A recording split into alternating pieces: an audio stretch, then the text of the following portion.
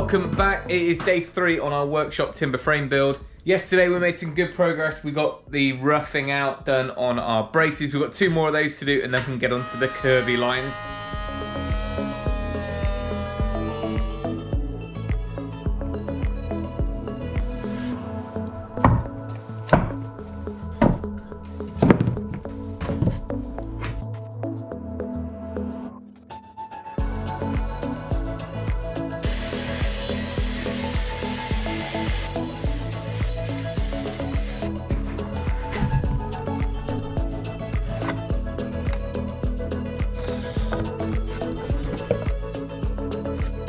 A few people asked in the last video what I'm using to mark up all the beams. I've switched to using these picker pens.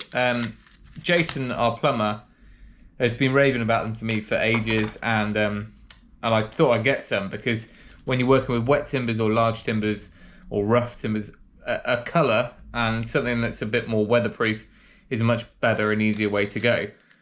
But they also, or it came with, if I can get it out, a pencil lead as well, which is like a heavy duty pencil, I hope, that won't break too easily. But it also has this tiny little sharpener on the end here, which you can get a super nice point on. So I'm just thinking, although a really sharp carpenter's pencil does the job great, you have to kind of keep it pretty sharp to get in nice and accurately. So I think this could be the answer. Let's see how we get on.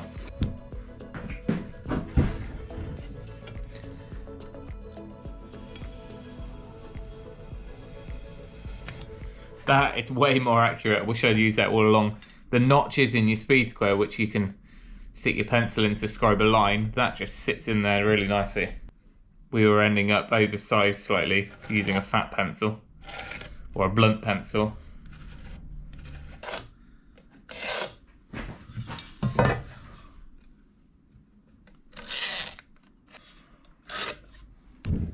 That's the last of the marking up done. Let's make some more mess.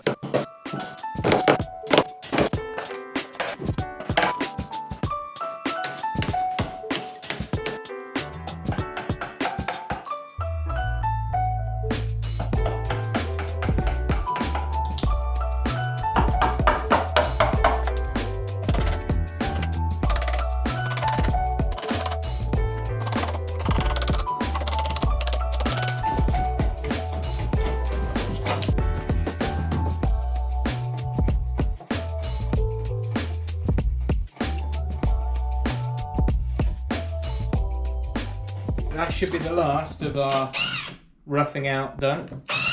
Now we can move on to the smooth, sexy curves.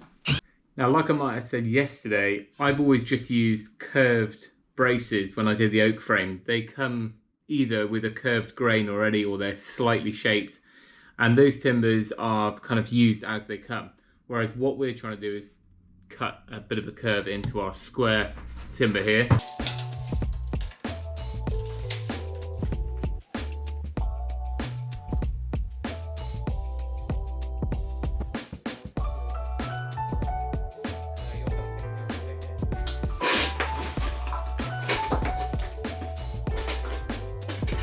Take that through to Mummy. Well, I spared you the first attempt, but it went pretty well. It came out fairly square. The blade didn't wander too much, even though it's a fairly old blade. And we've got a minimal amount of cleanup to finish.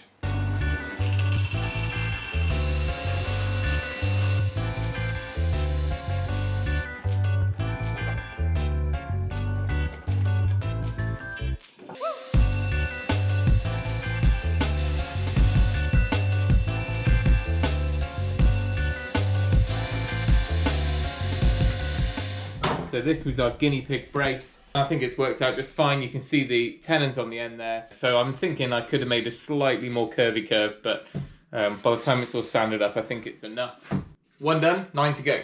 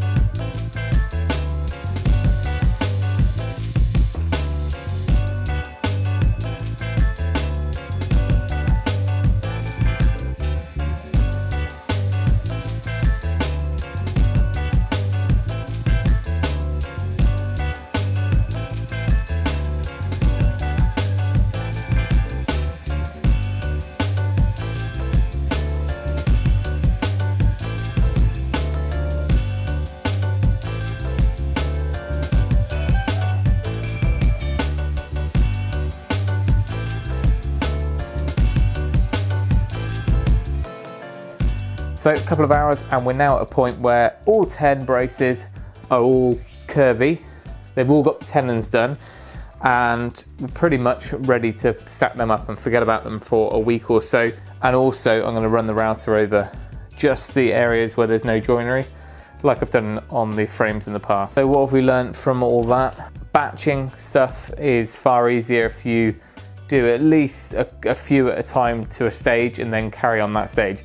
I didn't really want to do all the kerf cuts on all 10, you just get a bit achy and you're at the wrong angle.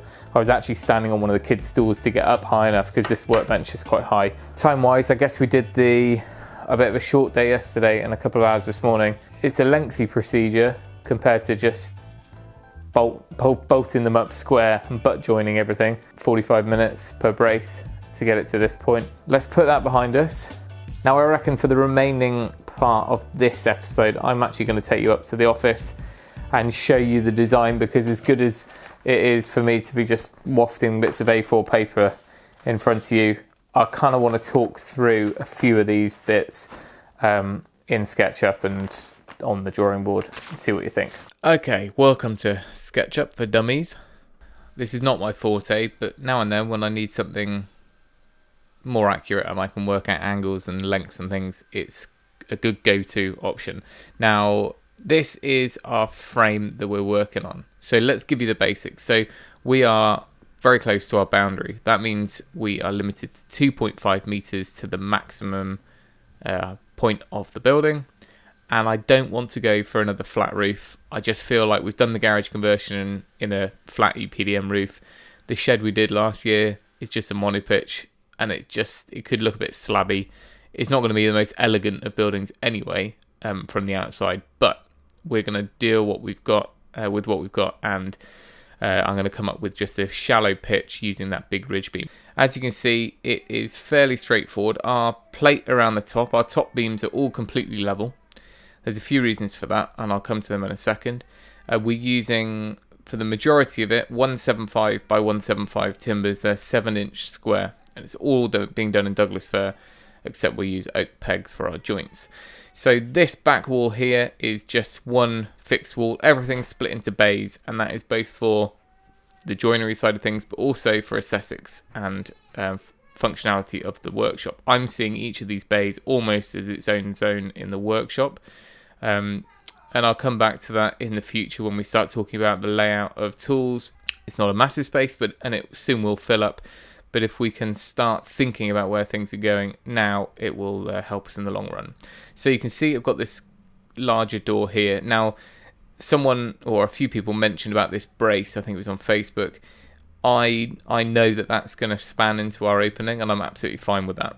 I'm going to be using a roller shutter door here, just because it doesn't need to swing in anywhere, and it's quite discreet.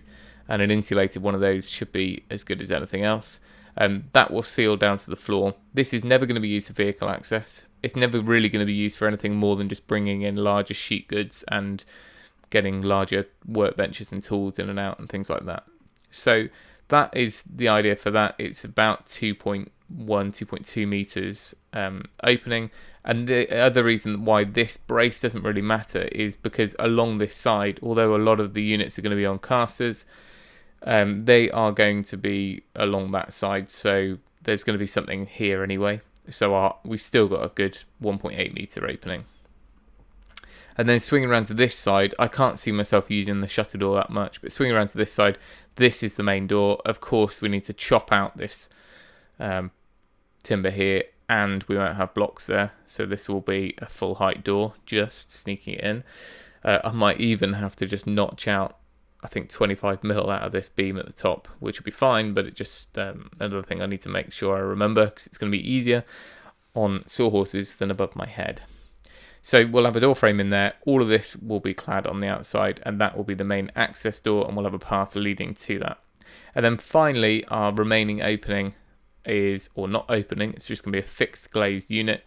We're going to have this like letterbox window here, which is going to look down over the garden. That is our only glazing in the whole building, unless I have some glass in the door. I don't really need masses of natural light. If there was a change of use for this building in the future to a garden room or something, I can put in more then. But for now, for filming, it's better for me if I just have limited natural light and I can just control the lighting a little bit easier. So hence why there will be no roof lights or anything like that. So I'll show you how I'm getting my roof, which is a very unconventional but very, very simple way. Middle of this one, in the middle of there. So, believe it or not, that's our roof structure. There is no way I can create a pitched roof under 2.5 meters over a 5 meter span any steeper than this, unless I was very, very short on the edges and had not a hobbit door. So with that in mind, that's what we've got. We've got a 300 millimeter fall over the distance, and of course our roofing sheets will add up to about 80, 90 millimeters on top of this, spanning down to the eaves, and that will be enough of a fall. Takes us over the minimum pitch needed, and head height inside is what it is. I've built this whole building in a way that if I wanted to in the future, I can just undo the Tech screws on the roofing sheets. I can take this beam out of the equation. Before I do that, I will have built 3 nice timber trusses, and they could have, like, let's say, a meter on them, maybe even a bit more. And I can literally in one weekend take off the roof sheets, take off this, sit the roof trusses on, and potentially just stick the roofing sheets back on, or we go to a purlin. Well, we have purlins between, and we go for a slate roof. So I've got that option in the future. I don't have to disrupt anything on the inside, providing it's a dry weekend. And it just means that I can then switch out without having to think about it too much. But of course, I have to go into planning to do that. Now, I've looked into the insulated roofing sheets I'm using. Now, on paper, they shouldn't span something like more than 1.5 or 2 meters. We're about 2.3 or 2.2. There is no load on top. If ever I'm going on that roof, I'm going to be putting a board between the eaves and ridge anyway. So there's no real concern there. But on paper, you wouldn't normally span over 2 meters with those. So we've got a shallow pitch roof. This will finish actually closer back into the building because it's going to have a standard kind of gutter hanging on the cladding rather than a big overhang here. I did consider leaving enough of an overhang so that they could be reused on a higher pitch, but I don't think I'm going to do that now. Keep it simple, keep it in. If I go too much further, it's going to, be under head height or under door height. There is some scope for a few tweaks here and there, so if you do want to add anything, then stick it in the comments. I might just have left a little bit of flexibility. I've cut a lot of the mortises down the side now, so we're pretty firm on some things, but other bits might be more lenient. Anyway, let's head downstairs. So hopefully that gives you an overview of the design. Now, I said I was going to let you know why I'm using such large timbers. Really, you can't really timber frame with anything under 5 by 5 inches, which is what I use for the porch. The most common dimension is 150 by 150, which is a 6-inch square post and beam. And for majority of garden buildings, gazebos, pergolas, garages, little oak frames, little timber frames, that is what people use. All I've done is just stepped it up an inch. So these are 7 by 7, the majority of the framework. And there's a couple of reasons for that. One is I wanted to just try something different. I've used 5 and 6 inch. I wanted to kind of just play around with larger joinery, because if we do an extension in the future on the house, or if we build a house one day or whatever, it's more than likely going to be larger timbers. Whether I do all that myself, probably not, but it's still nice to be able to kind of get a feel for larger timbers, larger joinery, larger mortises, tenons, etc. Now, the way I am constructing the building means that the insulation, the cladding, everything is on the outside of that skeleton that we're building. So that means, one, all the features of the timber frame is completely visible on the inside. We're not filling between the studs. We're not cladding over them. We can see everything. So that is a big reason why I'm doing a timber frame. It's not just for structure as such. It is also because it's a nice environment to work in and it's going to look nice from the inside.